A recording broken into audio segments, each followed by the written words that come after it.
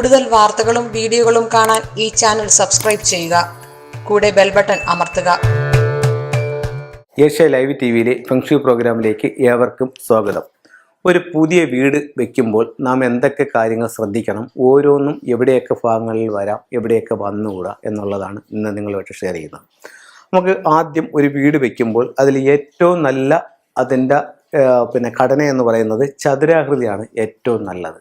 വീട് വയ്ക്കുമ്പോൾ ഏറ്റവും നല്ലത് ചതുരാകൃതിയാണ്. അപ്പോൾ ചതുരാകൃതിയിൽ നമുക്ക് ഒരു എളുപ്പത്തിന് വേണ്ടിയിട്ട് കിഴക്ക് ദർശനമുള്ളൊരു വീടിൻ്റെ കാര്യം പറയാം.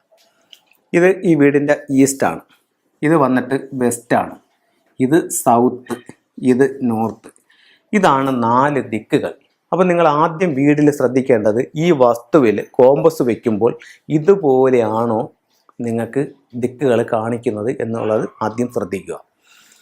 ഇത് 4 ദിക്കുകളാണ്. അടുത്ത വിധികൾ എന്ന് പറയുന്നത് തെക്കു പടിഞ്ഞാറ്, അതായത് മൂലകൾ, വടക്ക് പടിഞ്ഞാറ്, വടക്ക് കിഴക്ക്, തെക്ക് കിഴക്ക്. ഇത് 4മാണ് വിധിക്കുകൾ എന്ന് പറയുന്നത്. ദിക്ക് ഈസ്റ്റ്, വെസ്റ്റ്, സൗത്ത്.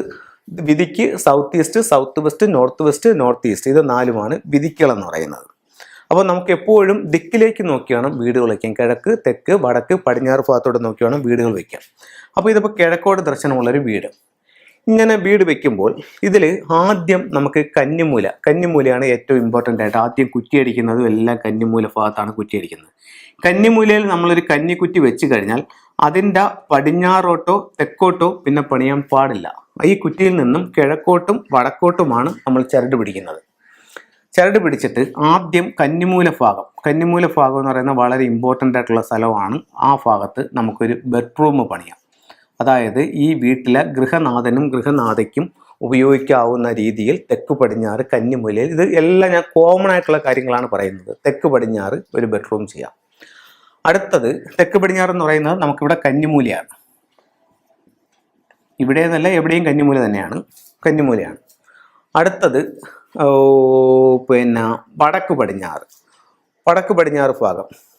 അടുത്തത് വടക്ക് വശം, വടക്ക് കിഴക്ക് ഭാഗം. നമുക്ക് ഇതിൻ്റെ ലിവിങ് ഏരിയ വടക്ക് കിഴക്ക് ഭാഗത്ത് ആക്കുന്നത് വളരെ ഉത്തമമായിട്ടുള്ള കാര്യമായിരിക്കും. ഈ വടക്ക് കിഴക്ക് ഭാഗത്ത്, ഇവിടെ ഈ ഭാഗത്ത് ഇതിൻ്റെ ലിവിങ് ഏരിയ ആക്കാം. ലിവിങ് എന്നിട്ട് ഇവിടെ നിന്ന് ഒരടി വിട്ടിട്ട് ഇത്രയും ഭാഗത്തായിട്ട് വീടിൻ്റെ പ്രധാന വാതിൽ സ്ഥാപിക്കാം. മെയിൻ ഡോർ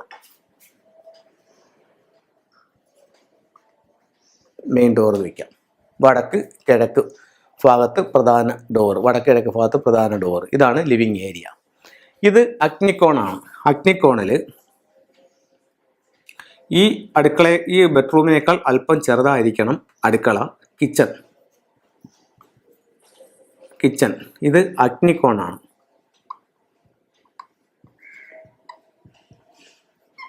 ഈ അഗ്നിക്കോണിൽ അടുക്കള പണിയാം. എന്നിട്ട് നമ്മൾ ഇതിൽ വളരെ ശ്രദ്ധിക്കേണ്ട ഒരു കാര്യം എന്ന് പറഞ്ഞു കഴിഞ്ഞാൽ, ഈ സ്ലാബ് ഇവിടെ ഇങ്ങനെ ചെയ്തിട്ട് ഇതിൻ്റെ ഈ ഭാഗത്ത് ഇവിടെ ആയിരിക്കണം നമ്മുടെ സ്റ്റൗ വയ്ക്കേണ്ടത്. എന്നിട്ട് കിഴക്കോട്ട് നോക്കി നിന്ന് പാചകം ചെയ്യുന്ന രീതിയിൽ വേണം ഇത് വയ്ക്കാൻ.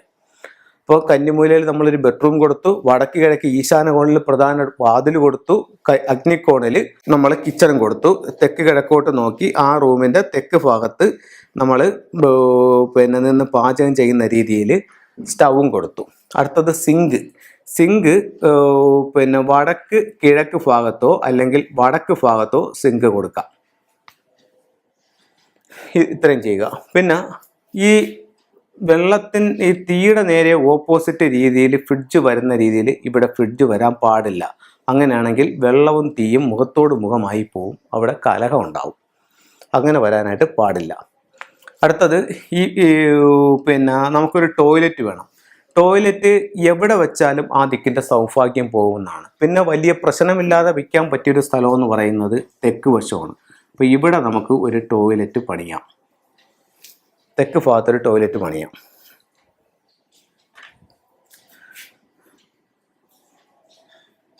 തെക്ക് ഭാഗത്ത് നമുക്കൊരു ടോയ്ലറ്റ് പണിഞ്ഞു. അടുത്ത നമ്മുടെ അപ്പം അഗ്നിക്കോണിൽ അടുക്കളയായി, കന്നിമൂലയിൽ ബെഡ്റൂമായി, ഈശാന കോണിൽ പ്രധാന വാതിലായി, വീട് സ്ക്വയർ ഷേപ്പിലാണ്. ഇത്രയും കാര്യങ്ങൾ നമ്മൾ കറക്റ്റ് ചെയ്തു. ഇനി നമുക്കിവിടെ ആവശ്യം എന്ന് പറയുന്നത് കിണർ, ഗേറ്റ്, വാട്ടർ ടാങ്ക് വെക്കുന്ന സ്ഥലം, പട്ടിക്കൂട്, ഇതൊക്കെയാണ് ഇനി നമ്മുടെ ആവശ്യങ്ങളായിട്ട് വരുന്നത്. അപ്പോൾ നമുക്ക് കിണറിന് ഏറ്റവും പറ്റിയ സ്ഥലം എന്ന് പറയുന്നത് ഈശാന കോണാണ്. ഈ കിണറിന് ഏറ്റവും പറ്റിയ സ്ഥലം ഈശാന കോണാണ്. ഈശാന കോണിൽ നമ്മൾ ശ്രദ്ധിക്കേണ്ട കാര്യം എന്ന് പറഞ്ഞാൽ ഈ ലൈനിൻ്റെ നേരെ വരരുത്, ഈ ലൈനിൻ്റെ നേരെ വരരുത്, ഈ ലൈനിൻ്റെ നേരെ വരരുത്.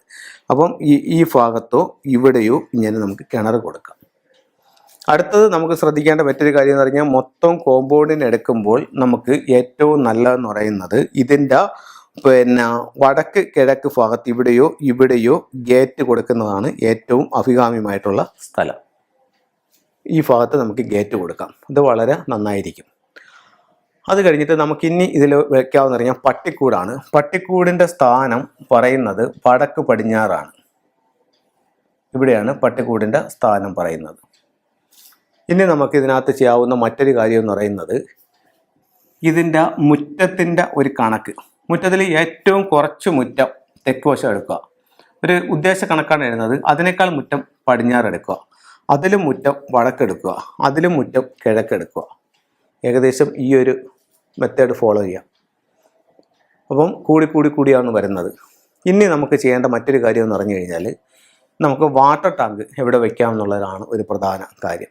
ഈ വാട്ടർ ടാങ്ക് വെക്കുന്നതിൽ ഇവിടെ നിന്ന് ഒരു ഡയഗണലായിട്ടൊരു വര ഇങ്ങനെ വരച്ച് കഴിഞ്ഞാൽ ഇതിൻ്റെ ഈ ഭാഗത്തോ കന്നിമൂലയിൽ വാട്ടർ ടാങ്ക് സ്ഥാപിക്കാവുന്നതാണ്.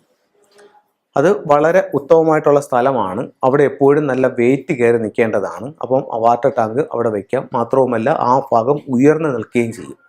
അപ്പം അവിടെ ഇങ്ങനെ ചെയ്യാം. ഇനി നമുക്ക് ഇതിലൊരു സ്റ്റെയർ കേസ് ചെയ്യണമെങ്കിൽ എങ്ങനെ ചെയ്യാം, എവിടെ ചെയ്യാം?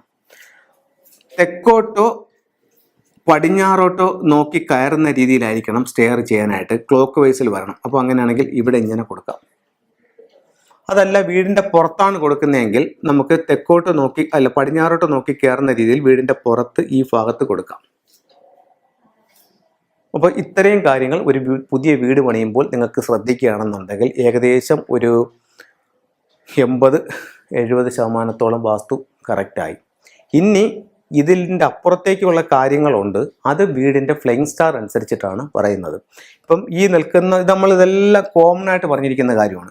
ഈ ബെഡ്റൂമിൽ നല്ല മൗണ്ടൻ സ്റ്റാർ ഉണ്ടോ, ഈ പ്രധാന വാതിലിൽ നല്ല വാട്ടർ സ്റ്റാർ ഉണ്ടോ, അങ്ങനെയൊക്കെ ഉള്ള കാര്യങ്ങൾ ഫുങ്ഷോ പ്രകാരം നമുക്ക് ഗണിച്ചെടുക്കാനായിട്ട് സാധിക്കും. അത് ഓരോ വസ്തുവും വീടും വന്ന് കണ്ടതിന് ശേഷം മാത്രമേ നമുക്കത് പറയാനായിട്ട് സാധിക്കത്തുള്ളൂ.